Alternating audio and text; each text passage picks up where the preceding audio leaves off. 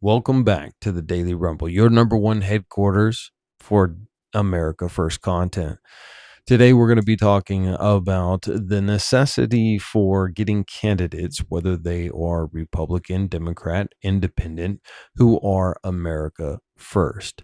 And I think that the narrative of America First being this ultra right wing, deport everybody, bigoted, racist ideology is something that the covert operators who want to destroy America want you to believe, and they don't actually represent America First. So let's just talk about a few of the things that America First should represent and does represent in its entirety. Number one is that no more foreign aid, military especially, to foreign countries. Now, America First movement is in no way opposed to helping out countries in less fortunate circumstances, whether they have a medical emergency like an Ebola breakout. The United States should absolutely help them because it's good for us. We don't want Ebola coming here, so if we can stop it there, that makes a lot of sense. However, there is no military threat to the United States from really any country in the world. Even if you want to talk about Russia and China, neither one of those countries are going to attack the United States because it would mean certain death for everybody in the world that would start a nuclear holocaust. And so our support of foreign countries' militaries and giving them money for war and death and using our tax dollars to do it is anti America First. We have already spent enough money in this erroneous war in Iran to house every single homeless veteran and every homeless person in the United States for a year. Let that sink in. Instead of taking our veterans and our vulnerable homeless population and putting them in good housing and getting them the treatment and things that they require, we're dropping bombs on Tehran. We're blockading the Strait of Hormuz. That's where our tax dollars are going. So America First would be wholeheartedly against this war in Iran, and we would be 100% against supplying any military aid to any country, especially one that is violating human rights on a daily basis and attempting to commit a genocide of an entire ethnic population. We all know who that is.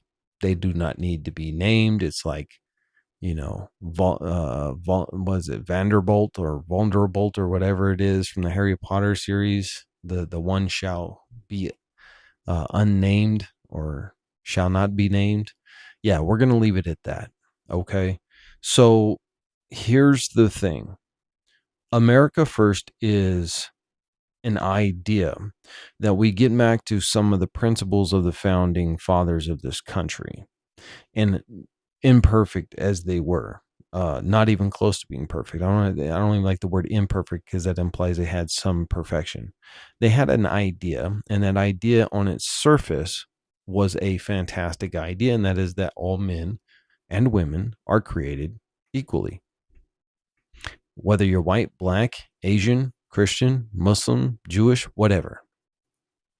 Your conduct, your character is what should matter, and not your ethnicity or the color of your skin.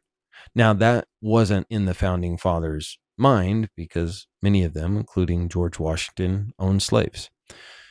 However, we were, as a country, able to overcome the plague of slavery. Unfortunately, we haven't overcome the plague of racism, but America First ideology would do so.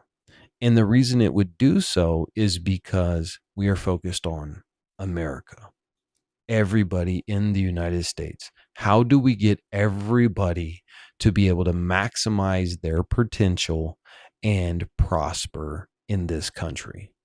That's what we're talking about when we say America first.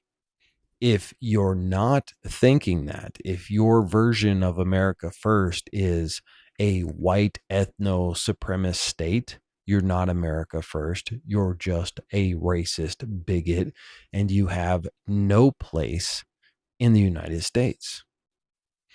If your idea of America first is that no one should go bankrupt because they get cancer or because their child falls sick or you break an arm, that's America first. If your idea is that we should not be sending out military aid to foreign countries or even selling military equipment to foreign countries, even NATO ally countries, that is America first. And why? Because when we create a weapon of war and we sell it or give it away to another country and they use it and they kill people, that blood is on our hands. And that should not be the case. We should, in my opinion, and this is just my opinion, we should abolish the IRS. Now, understand that the foundation of this country, and for over 100+ years, there was no federal income tax. The federal government is there to provide military protection of the nation, not to become the ultimate power. And the reason why is because if you do that, if you have a federal government that becomes the ultimate power, then you lose your voice as a citizen because it will be drowned out. And so the founding fathers didn't want that. That's why they set up the colony states, right? The colonies became states. They were independent. They have their governors. They have their own legislatures, and they rule according to their best interest of their state and their population. And therefore, your voice as a resident of that state has so much more impact. Now, maybe not in a place like California, which is overgrown. And honestly, I think California should be split in two. There should be Northern California and a Southern California because it's just too big. And so people don't get their voice heard.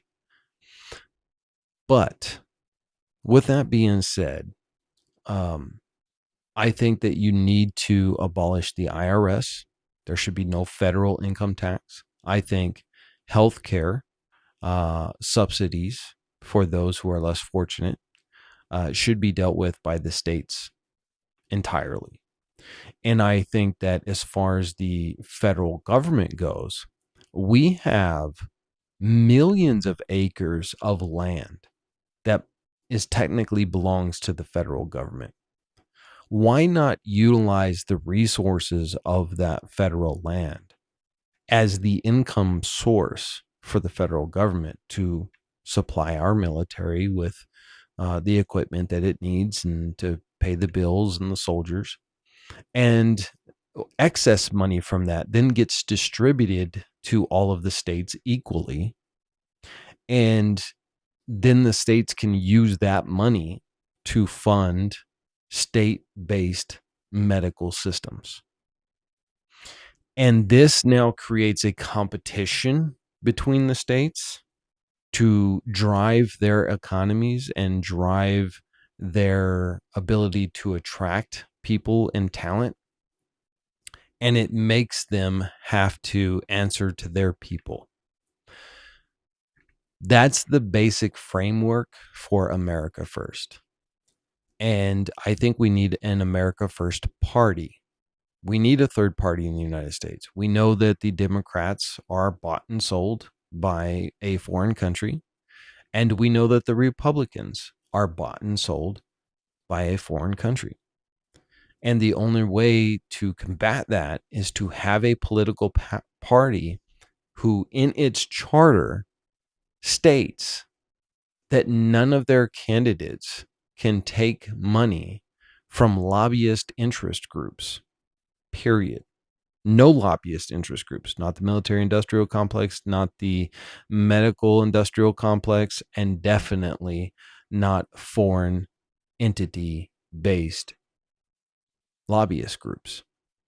In fact, a part of the America First Party charter should state that they will fight to make an amendment to the Constitution to, one, get rid of the 16th Amendment and abolish the IRS and the Federal Reserve. And number two, to ban any political candidate from taking money from lobbyist groups of any sort.